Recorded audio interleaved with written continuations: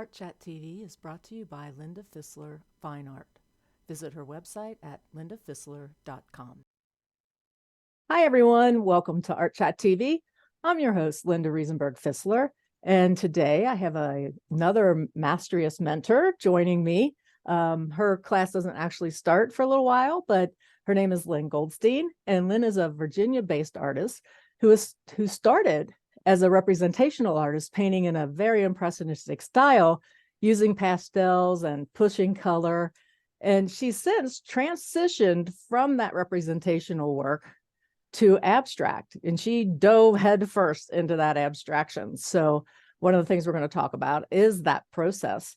And then one of Lynn's first jobs, which I found very interesting, was that she worked in the art department of Ringling Brothers and Barnum and Bailey Circus. And I bet there's some great stories there. Yeah, there are, but it was the office. Yeah. After years of hiding her work, Lynn now proudly exhibits her work widely, won some awards, and has collectors in the US and Europe. Lynn has been profiled in Pastel Journal in the past and has a painting in a permanent has a painting in the permanent collection in the, is it Jean Hoffen? Is that Jean Hoffen? Okay. In Dinan, France, Dinan, France. Yes. This is only a few of her accomplishments. Lynn is a signature member of the Pastel Society of America, Maryland Pastel Society, as well as the prestigious Washington Society of Landscape Painters. In addition to teaching workshops, Lynn is a fellow Mastrius mentor, with her mentor sessions starting somewhere around June of 2024, in case anyone's listening to this in the future, which I hope. On today's show, we'll dive deeper into Lynn's transition and her process for painting. Hi, Lynn. Welcome to Art Chat TV. Thanks for having me, Linda. It's nice to be here. Oh, it's nice to meet you. We were talking a little bit in the green room, and it's interesting. We actually started talking about things we wanted to say on the podcast, but so to start off with, I think we discovered that you kind of started creating, or was a very creative child. Do you remember anything about your childhood that set you up with wanting to go into like the art department world and really kind of incorporate art into your life, or creating into your life from the beginning? Yeah, I mean, I think that I was creating from an extremely young age. I, of course, don't remember for sure, but my mother was an artist, and she studied art in college, actually, art and English. And the arts were promoted in my household that I grew up in. And my mother taught me how to draw. I studied ballet for almost 30 years. I played the flute. I played the piano. I loved all things having to do with the art world. And it's an answer that most artists give, or very often give. I can't remember a time when I wasn't involved in art in one way or another. Yeah, I get that. I started young with writing, and had a very creative, childhood, as far as just wanting to always be telling stories or painting, or not really paint. Well, I did paint by numbers. Remember those old paint by numbers? Oh, I hated those. I hated. Oh, I didn't paint every number. Bingo. That's the thing. My sister, when she went into what she was going to do as a profession, she was an accountant first, and then a chief financial officer for an international corporation. So you have an eye picture of what my sister would be like. She did those paint by numbers perfectly. No, the colors she used were exactly what they said. But me, I looked at those paint by numbers and I said, why do I have to use blue there? I want to use something else. And so I would.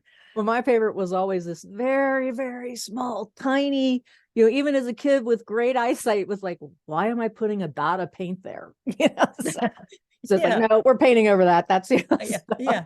That's they still turned out pretty well. So I mean, I would never show those off, but yeah. But I had fun with them.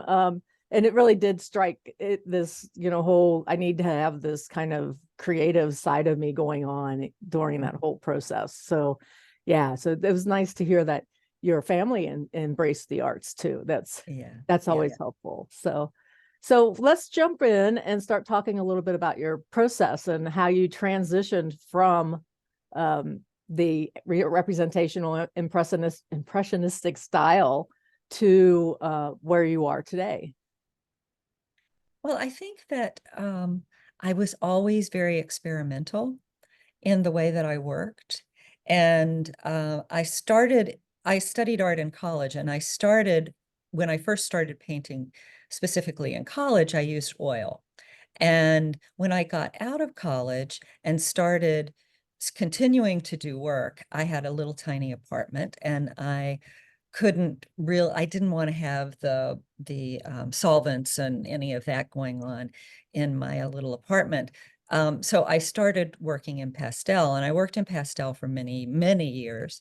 But I haven't really picked up a pastel stick, gosh, for a long time. And I knew that I wanted to move from what I had been doing to something different. And I look at that as I tend to be the kind of person who, once I feel like I've mastered something enough, Mhm. then I feel like, all right, it's time to try something else. And something started happening, and I don't know why, and that's why I even call it something, because I don't even know what it was. I started getting bored with my work. I would go in and I would paint something, and it would be perfectly nice. It was strong painting. The composition was good. The color use was fine. People loved them. And I just was bored. And I actually think that if you get bored with your work, it shows. Mhm. People might still like it, but I will still think, I didn't put my all into that one. It wasn't me. Mhm. And so what ended up happening was I had been tiptoeing back into using my brushes, which I didn't do with my pastels. And I started with oil.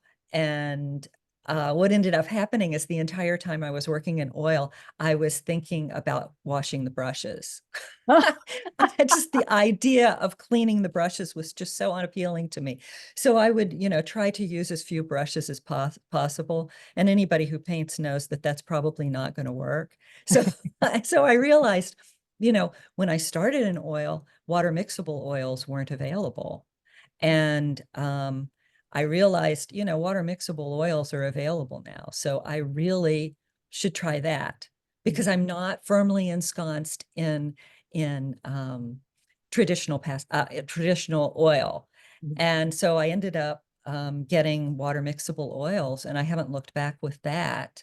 And then I was doing more abstract landscapes that were still of a specific location. Mhm. And another thing went off in my head. Again, I don't know what it was. And I realized I don't want to do that anymore either. And so I started doing work in acrylic as well as oil. Um, and I started doing work from my imagination. And very often, what would end up happening is landscape elements would crash in. They would crash the party, and I wouldn't stop that. Right. I would, if it needs to be a landscape today, it's going to be a landscape today, and that's okay. When I started using acrylic, this was because of an intensive workshop that I took in 2021. I took an intensive workshop. It's called CVP, Creative Visionary Program, with Nicholas Wilton. And it's all online. It's very intensive. And in 2021, in like February and March to June in 2021, I was taking this course. And they teach the course in acrylic, because you can learn more quickly with acrylic because of the fast drying time. Mhm. And I'd never thought that I would like acrylic. Boy, I love acrylic. You can do so many things with it that you can't do with anything else. Right. And it dries so quickly that it really works well for my temperament. but I do still work in oil. So I do oil, acrylic, and I still teach pastel as well.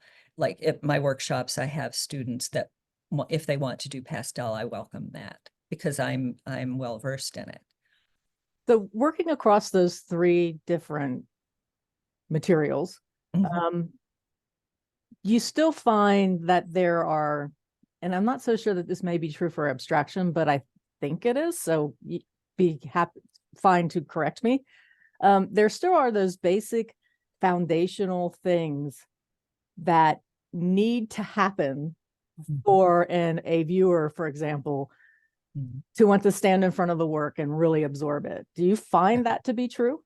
Yes, absolutely. And Okay. that the main reason that I took the intensive workshop that I did was I wanted to feel more comfortable with abstract Mhm. because abstract actually scared the heck out of me. Yeah. It scared me. Mhm. People think that abstract is easy, and I actually think it's one of the hardest things to do well. Yeah. But the principles are all there. Using your values well, having color harmony, a good composition. And I worked as a graphic designer for 17 years. So I learned color in a very kind of backdoor way. It Mhm. had to do with four-color process printing. And that then made sense to me. And it still makes sense to me in my work now. But also composition, that always comes into play. Yeah. And that was what you do with graphic design. I mean, I think a lot of people don't realize that, but it's very And, prominent. so yeah, so basically those underlying things, like you said, value, knowing how to push color correctly, and actually correctly probably isn't the right word, but knowing how to use it in a pleasing way, or an interesting way. All of those things I think are very strong, and are very important, and we tend to think, okay, I'm going into something that's an abstract work, so I don't have to worry about those design elements. And I have always found, and I may be just a novice to abstraction, but I always found that you still have to have some kind of way for the viewer to walk through that painting and really read that painting the way that you want it to be read. And so it was very helpful to hear you say that, especially since you made such a great transition from something that is very representational, impressionistic, um, to abstraction. So great. Thank you. Yeah, you're welcome. Yeah. Um, so I'm sure there were challenges when you were making this transition. So from representational to abstraction, can you just tell us about some of the frustrations that you overcame and maybe you're still dealing with, and and how you're addressing those challenges? I think really the biggest issue was in my mind. I mean, I think it kind of like, when they say it's all in your head, it was all in my head. Uh-huh. I was so concerned. I actually was concerned that I was going to lose a fan base, and I'm not talking like a giant fan base by any means, but there were a lot of people that had collected my work, and I'm sure there are any number of artists that have a lot more people that collect their work, but there were people that were collecting my work and they loved those impressionistic kind of landscapes. And I was really concerned that I was going to turn people off. Mhm. But I also just couldn't stop doing what I was doing. I mean, I actually had somebody send me an email and say, "What you're doing now is really interesting, but I liked what you did before." There's always a but, right? Yeah. But There it was the but. I mean, even while I was reading it, like I could hear her voice, I like what you did, it's interesting, but I liked what you did before. And, I just had to say, well, that's actually my response to her because she had been a student of mine. I said, well, that's really great that you like those. So now you can do them. there you go. Because it's not what I want to do. But it doesn't mean that I'm not going to transition back into doing representational work. That may Great. happen too. Yeah, and I so get when you talk about, this isn't what I want to be doing anymore. And Mhm. I paint a lot and pretty exclusively in landscape paintings. Is one Mhm. behind my head over here, and there's Mhm. over Mhm. there. But there's always this one where it's like, well, let's try this. Let's just kind of go out of the box, which is where the little sailboat came from. It's kind of like, oh yeah, let's see what happens if I use these colors. And I'm still finding challenges that, and I really haven't gotten that, gee, I want to go somewhere else, except for the time when I was talking with Jean Peterson, which I don't know if you know Jean or not, but she's also a mentor master at Mastrius. And she's been on Art Chat a lot. And she challenged me to do an abstraction with oil paint, which I absolutely love. So, and I was like, oh gosh, I don't know if I can do that. So I took her up on her challenge and I painted one. There's in Asheville, there's the Biltmore, the big Biltmore house. And everybody paints that in the front and everybody paints it very, structured. Bless their heart. I couldn't do that architecture if I wanted to. And so I decided to paint the back of the Biltmore, where actually Peter Sellers enters the lagoon at the end of being there. So I painted it from back there and very abstract in a very purple and yellow spiritual way, because the Biltmore is haunted.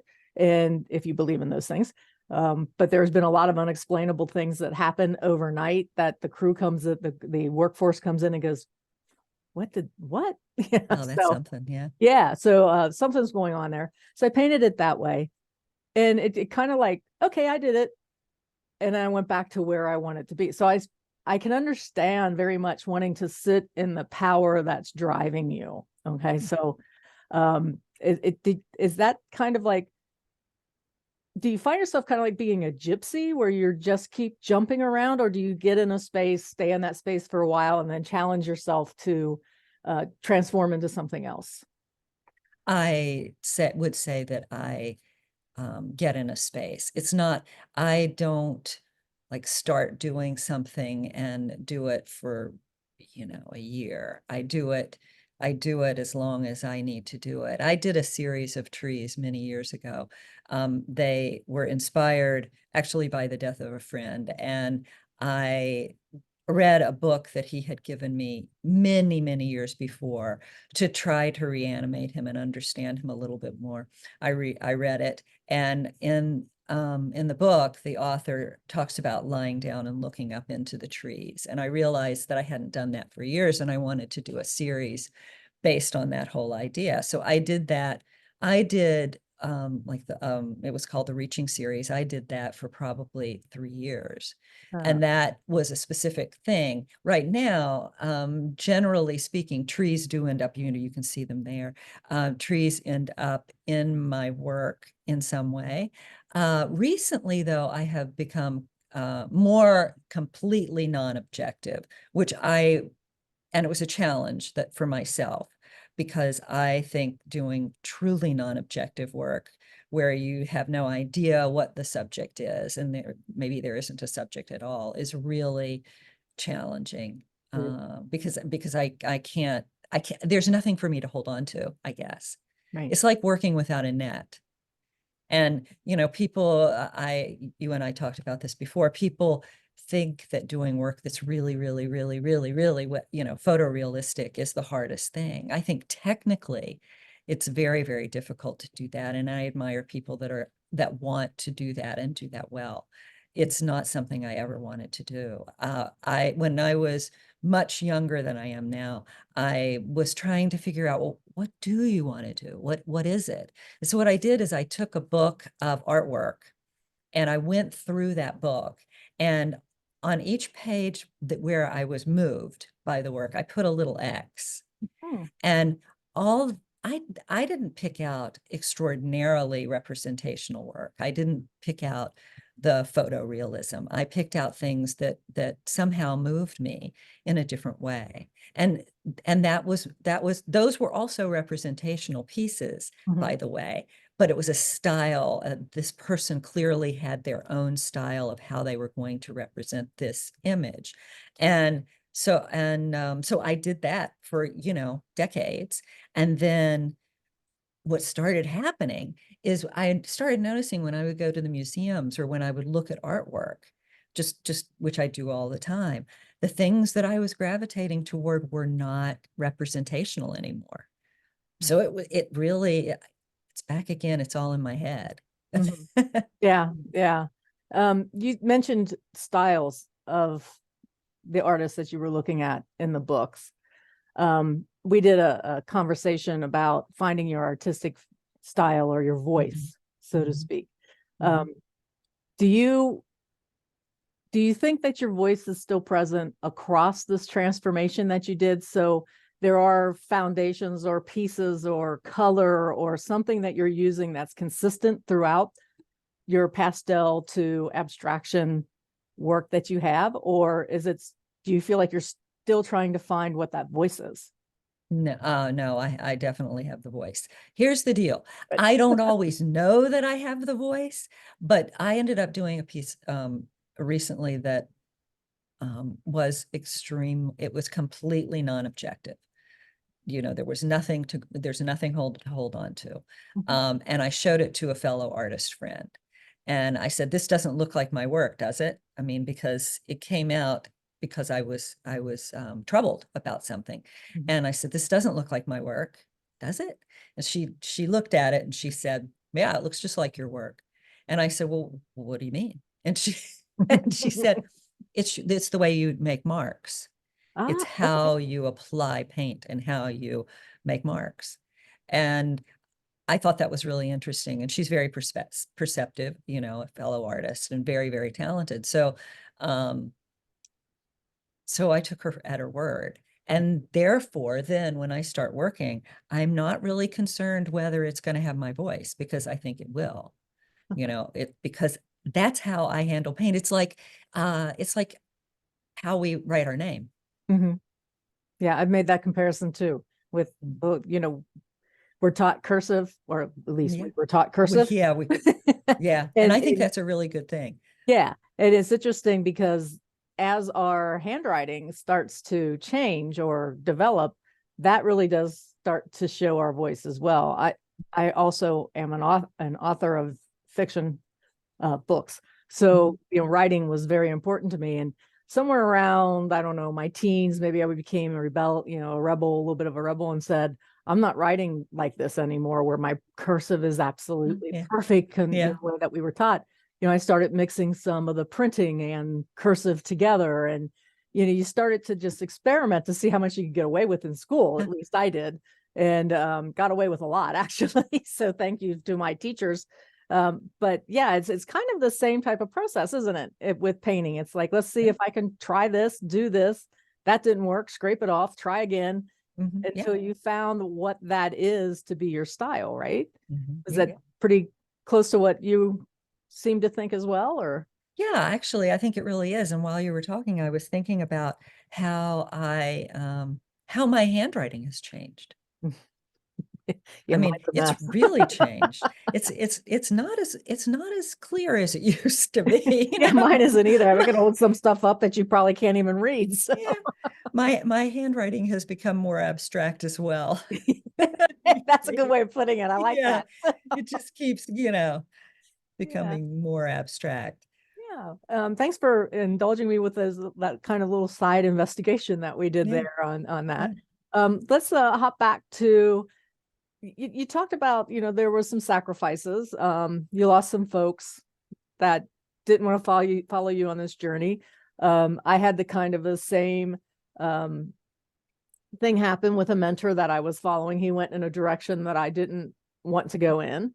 So while we're still friends, he's off doing other things. And mentoring isn't as much, but we're just still friends.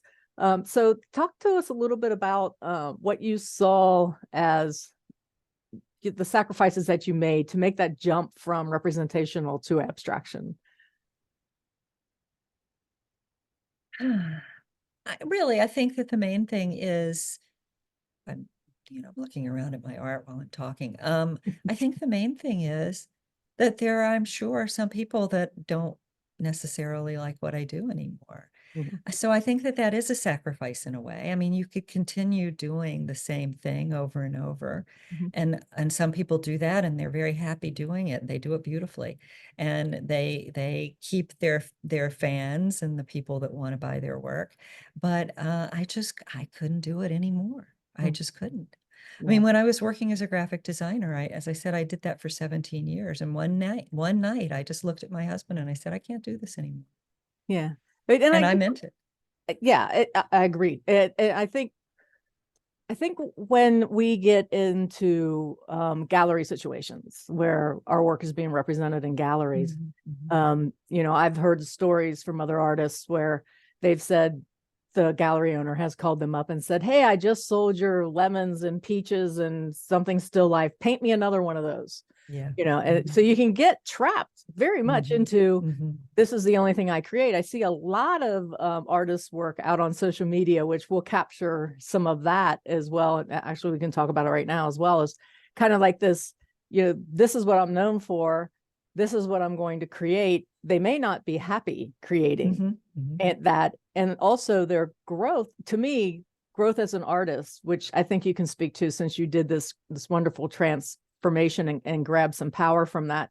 I think if we get stuck painting the exact same thing all of the time, we lose that desire to be explorative of what we're doing. So seeing you jump in from that transition, you doing that transition from the representational work into abstraction has kept you happy, right? And yeah. So any thoughts about that, getting pigeonholed into a spot versus challenging yourself to do that? I think that I have been represented by galleries in the past. I'm not represented by a gallery right at this moment, but I had a wonderful relationship with a gallery owner, and he did a wonderful job for me for over 12 years. And then he sold his gallery, and so that was the end of that relationship. And he and I ultimately became friends, and I wish him nothing but the best. But he was generally really open to what I wanted to explore. And originally, when I started working with him, I was doing pastels, and his client base loved my pastels. Well, I started then moving into oil, and he was, I'm just not sure. I'm not sure how people are gonna. I said, well, just, let's just give it a chance and see what happens. And ultimately, what ended up happening was he sold as many oil paintings as he did pastels. And so then the problem was moot. Right. But fortunately, he was willing to take that risk, because I understand why gallery owners might not be willing to take that risk. They want to know that if they're working with a specific artist, they want to know what they're going to get. Right. But and I actually have not contacted any galleries for quite a while, because I do want to settle into a rhythm of what I feel is my strong work, and the work that I think is representative of who I am now, not who I was in the past. Right. Does that answer? Yeah. Perfect. Yeah. So let's talk a little bit about embracing change. I know that we made it sound like it was a very easy process for you to jump from one to another, but I'm sure that along as change ever is, very kind of, I don't really want to say fearful, but it's the word that keeps saying, it's like, am I doing the right thing?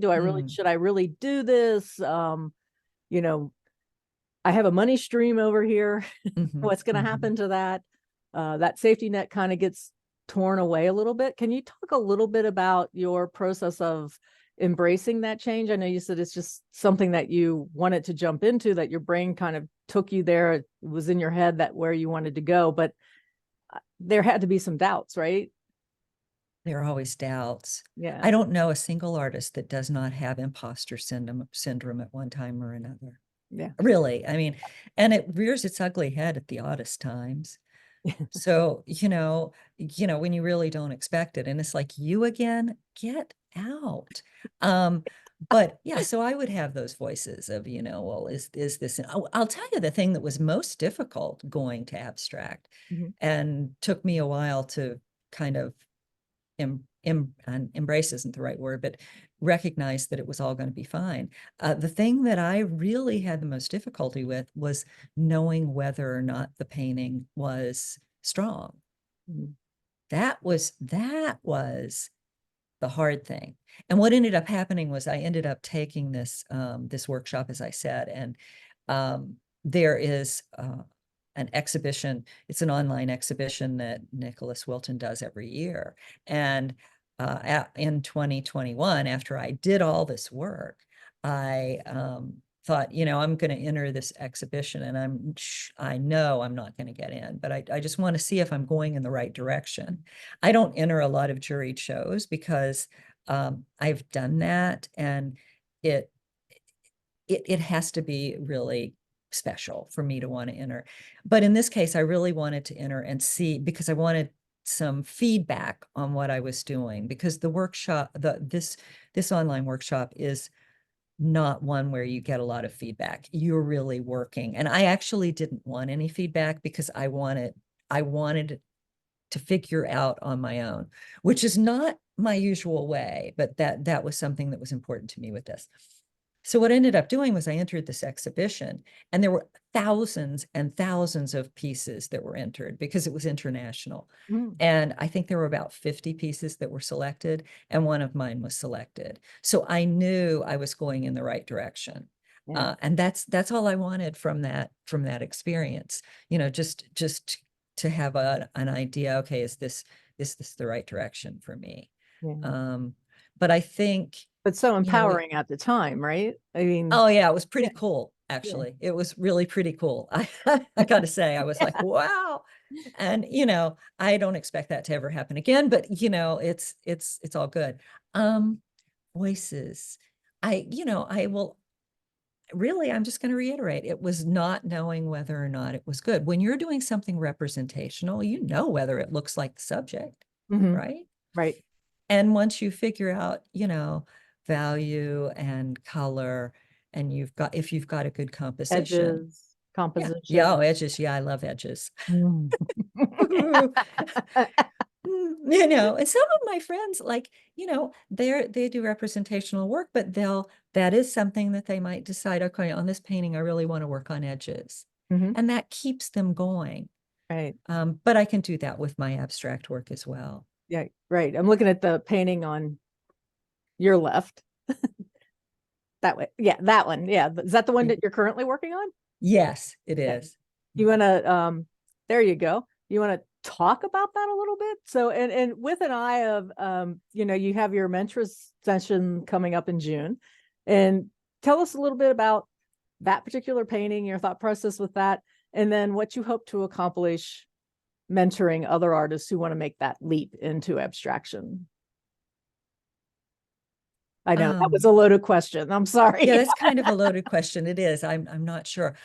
What I can only say how I would start a painting. Mhm. I start with, I might start with line Mhm. all over. Yep. I might start with brush strokes all over, but I'm going to cover that canvas Okay. or wooden board. I actually prefer working on wood than I do canvas, but this is a Okay. canvas. And then and I'm not paying attention to anything. I'm just doing what I feel, which is basically what my friend was talking about with, this is how you handle paint. Mhm. This is your mark making. And Okay. so if someone wants to make that transition, I would say, make marks. Like, make marks and see where that takes you. Look at your other paintings and how you might handle the brush Mhm. or a pen or something like that, and do that. Mhm. Keep doing that, because again, it's like our handwriting. Mhm. And the thing is, no one can copy you doing that. Right. Right. And they might attempt it, and they might get close, but it's you. This is what's in your mind, and what's coming from your mind to your down your shoulder and to out your hand. Right. Right. good one. I know I tricked you with that one. That wasn't a question we talked about in the green room, but wonderful answer. So good. You know, I led tours at the National Portrait Gallery for 20 years. Yes, yeah. So Oh, you get a over lot of 20 years. questions, right? I'm sure, Yeah, where yeah, did that one come from? yeah. So, yeah. So we talked a little bit in the green room, and I really wanted to touch on this. Is as artists in today's environment where social media seems to be dominating a lot, and there's always this pressure of I have to share something of my artwork today, because if I don't, I'll lose out on an opportunity, or the people who are following me every day are going to wonder what happened, or it's always, kind of like with social media, live in the moment type of issue. And you and I talked about this in the green room where it was like, there's no rule that says you have to share something every day. A lot of people may be standing in front of their canvas or in front of, pen in hand, ready to do some pen and ink, whatever you're creating. It's like, oh, don't put that pressure on you to, I have to show this, so it has to be perfect. The bottom line is, if you wanted to try abstraction or something else that interests you, go ahead and try it, and you don't have to show it. Is kind of like the conversation that we went into. And I know that I don't post my artwork every day. I may post a joke or two, a meme or something. My presence is there, but not necessarily all about, some people would disagree with me, but all about art or showing my art. So tell us a little bit about especially during this transformation. And I know that this transformation didn't happen overnight, so I don't know how prominent social media was when you were transforming into mark making and abstraction today. Tell us a little bit about that. Was there this added pressure of, oh my gosh, I have to deal with social media? As we talked earlier, before social media, we had to put an exhibition together for people to see. I'm assuming that you're in a space that has open media or open studios where people can walk in while you're working and see it. So that's kind of a whole different approach than worrying about social media and what your fans are going to be looking for. True? Well, I will say I've been in this studio for 15 years. Well, not this specific space, but in this complex. My studio is actually in a repurposed prison. Oh my gosh. which is kind of interesting. Yeah. Yeah, you can see. Maybe you can see. Oh yeah. There. You Uh-huh. see where the Uh-huh. windows are? Right. There Yeah. aren't any windows down low Oh, because yeah. the where I am right now was a dormitory. So they had bunk beds all up to the ceiling. Needless to say, they had to do a lot of renovations to make this work. But I've been here for 15 years, and I really wasn't sure whether I was going to be comfortable with people traipsing in and out of my studio. But I'm a rare breed of artists that is not an introvert. I'm an extrovert. I'm an introspective extrovert. So I realized that I really like talking about art. And so it doesn't really bother me when people come in. Sometimes I'm able to gauge now, whether they're really, actually not sometimes, every time they come in, I can tell whether they're really interested or they're not interested. And if they're not interested, then I don't engage them. They are welcome to look at my work. But as far as social media is concerned, I actually didn't mention this to you earlier. I worked with a social media expert year before last. And I was posting all the time, and I was doing all of these stories, and she did such a good job, but I couldn't take it. I was waking up first thing in the morning thinking, what in the world am I going to post on Instagram? And that is not sustainable. Maybe some people wouldn't be like that. In fact, I suspect there are a lot of people that wouldn't be that way, but I was. And I couldn't do that anymore. I do post very often on Instagram, almost every day, but I don't worry about it as much. Right. And I don't know that it's really good for us, as artists, because we need to spend time in our heads. And when we're constantly dealing with social media, we can't do that. I don't know if that makes sense. Yeah, it does to me. I feel the same way. And if that pressure and worry of continuing to have to post something, I worked on my art today, so I have to post something to show everybody that I worked on my art today. Mm-hmm. If you're looking for a validation in the number of likes and the number of people who comment, probably not a good thing, because like I'm more a scroller than I am a commenter on Facebook. I see it, I like it, you know, I may hit the like button, but that doesn't mean if I didn't hit the like button that I didn't like it. So there's like all of these factors that are out there that can influence your thinking without you thinking about it. But what I wanted to get to was, if you're standing in front of your material, canvas, wood, board, whatever, and you're worried to take that next step into an abstracted, you know, from representational to abstraction, or from abstraction back to representational, whatever that next thing that you're thinking about doing, but you're afraid it's not going to turn out right, and then you won't have anything to share on social media, that's probably not the place and headspace you want to be in, I don't think. What do you think? Yeah, I 100% agree.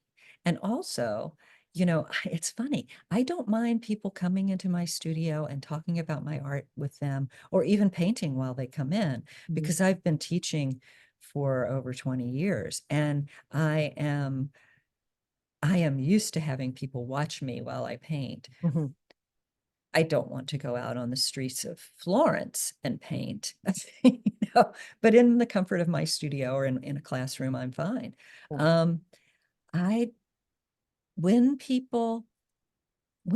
know, there are a lot of people that do the sped up videos of start to finish of a painting. Right. Well, I don't work that way. I don't either.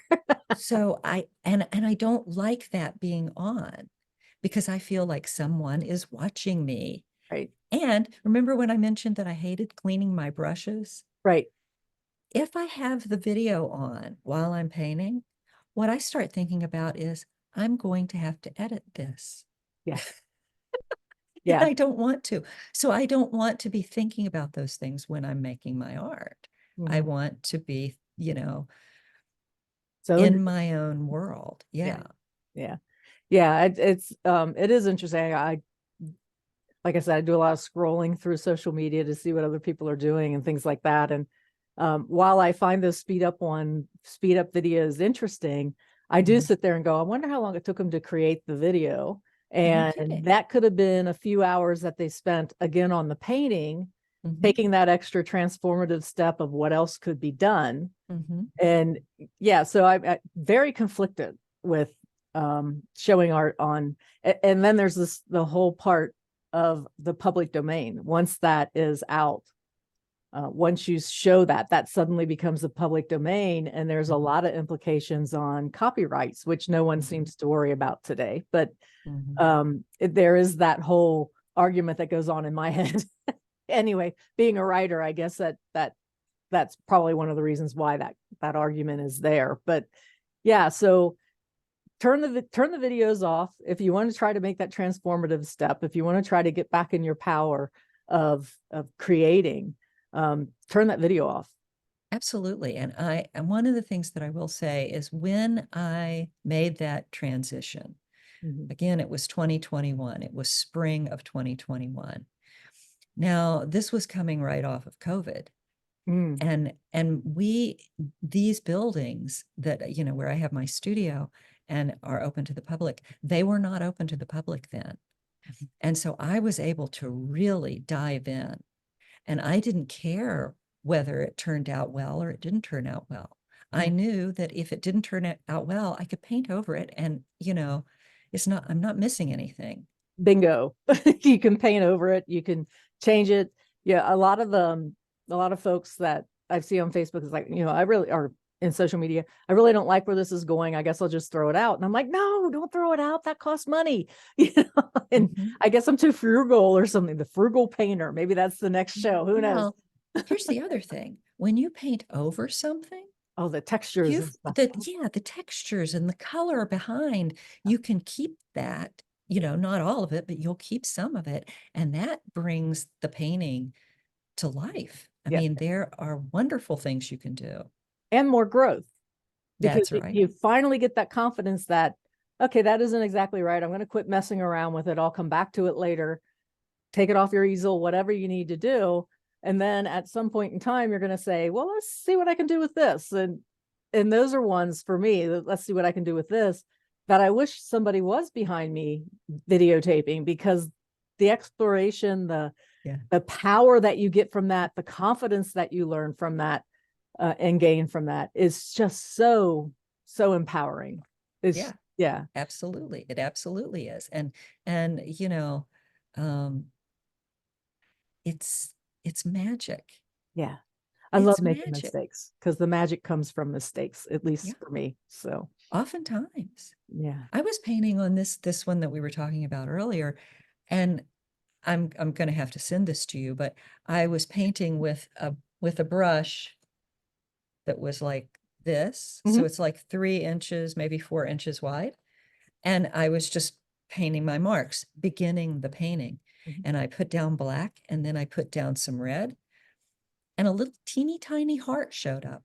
Oh, I, nice. I sound like a Yeah. crackpot, but it, No, I know what you're but saying. I could not have painted that heart with a 4-inch brush if I tried. Mhm. So those are magic things to look for, you know. I don't know. I kind of feel like this painting's going to be successful, if for no other reason, because something from the great beyond put a heart on it. Right. Right. Yeah, it's beautiful too. By the way, I know you're working on it, so there's more that'll There's happen with it. So more to come. Yeah, quite a yeah, lot more. yeah. But yeah, Great. thank you. So yeah, so we're coming up to the end. Is there anything you want to talk about as far as what you're thinking right now, what your group will be coming up in June, or is that just I'll get to there later? Oh, But I'll talk a little bit definitely. about your trip coming into Mastrius and mentoring, and what you hope to gain from that. The reason that I'm not doing Mastrius until June is because I'm going to Iceland in March. I'm teaching a workshop in France in April, and then I'm going to Greece and Turkey in May. Oh, wonderful. So, Great. so Wonderful. I know it's really fabulous, but I couldn't really think about Mastrius Right. until June, and I'm very much looking forward to it because again, I want to connect with more artists and see if I can help more artists to probably the main thing is know that what you want to do is inside you, Mhm. but also know that if you have a vision for your art and you're not meeting that vision, it's because there's still work to do. Mhm. You know, and it's Understanding to just be gained. yeah. And and we all have it. Mhm. I mean, I want my work to be stronger than it is now. I think that it is strong now, Mhm. but I always aim for more. Right. And two things I want to state before we wrap up. One is that Mastrius, I've been joining in on a number of their community things, like their paint and chat and different things like that. And have a meet the mentor to come up, which you'll have fun doing as well. Mhm, Uh, mhm, all of these things, the community there is very mhm, welcoming, um, mhm, not judgmental. They may have mhm, questions, but they're not judgmental questions. Okay. mhm, They're, to help me understand what you're trying to do here, or, something like that, where they want to learn too. So it's a very open arm community. So if you haven't checked out Mastrius, please do so. And the other point I wanted to make with Mastrius is the mentoring sessions. Don't think of it like a workshop, because it's not. It's only 8 people. Up to 8 people can be in your group, so it allows for a lot of one-on-one kind time. And I think since COVID hit, there's been this transformation of, gosh, I don't have to spend all this money and travel out um, for a workshop with someone where I get 5 days of training. I want to be with a group and a community that I can get to every month, or I can have a conversation with. And I think, like in your specific case, Lynn, being in an area where there are other art studios, I don't know how often your artists get together and just kind of have a little talk session and support session, if you will. But there's always, as much as we are introverts and want to be in our studio creating, there is a side of us that wants to be engaged with other artists, and Mastrius provides that online, and there are some artists that don't want that online, and I understand that as well. So yeah, so those are the two main things that I found with Mastrius so far. But basically the community is very welcoming, and very interested in what you're doing and how you're doing it, because there might be some bit of, they've realized there might be some bit of understanding and something else that they could possibly think about and bring into their style and voice as well. So, even the old masters didn't stay in their studio the full time and create just what they wanted. There was always this communication and conversation that happened between. That's something actually that I do have here, where I have my studio. That's a very nice thing to have. But I'm also in online groups, so I've been in online groups for since 2017. Yeah. And I have two online accountability partners. One lives outside of New York and the other one lives in Florida. So I get different input from them. It's always good to connect with other artists that are simpatico, but the people that are my accountability partners do work that is very, very different from mine. But we have the same we all have the same imposter syndrome every once in a while. we have the same, ups and downs in our business, because I'm actually in Mastrius, will be a generalist, which means that there are a lot of different things that the students can bring to, the artists can bring to my group. So, if they want to talk about a successful website and what makes up a successful website, if they want to talk about how to get e-commerce up on their website, I can do that because I have that on mine. And it took a while to get there, but my timing was perfect because my e-commerce getting up on my website was in March of 2020. Yeah. And we all know what happened in March of 2020. Yeah.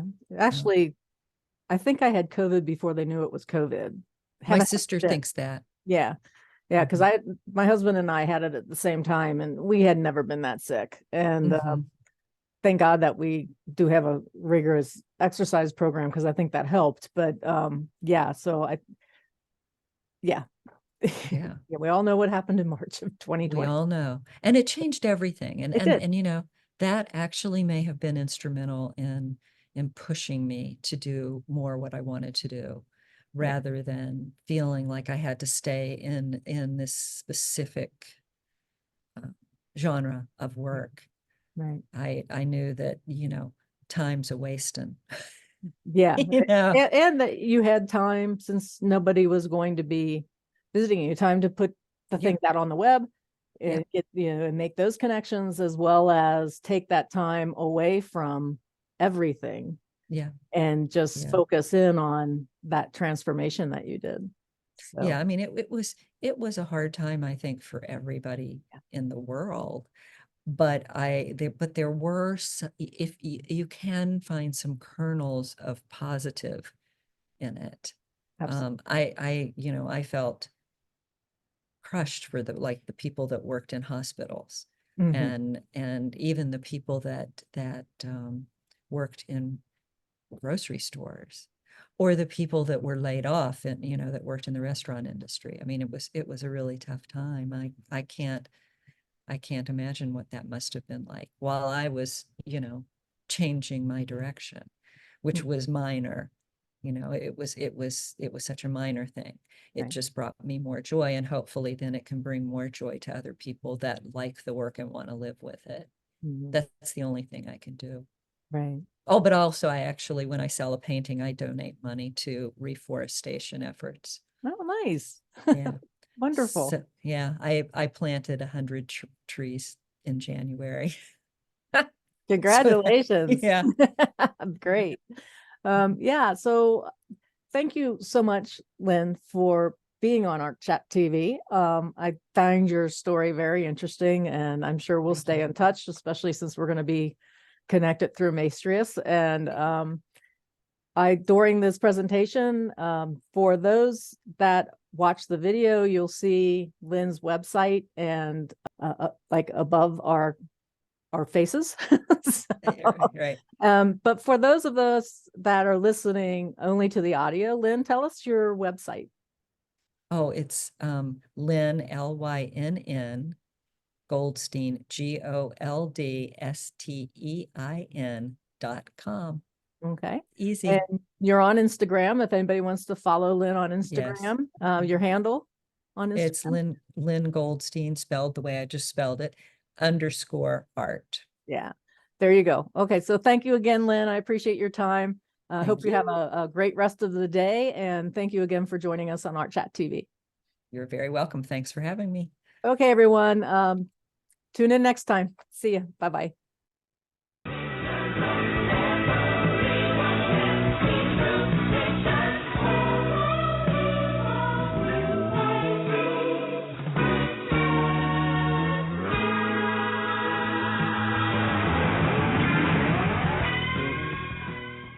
Art Chat TV is brought to you by Linda Fisler Fine Art.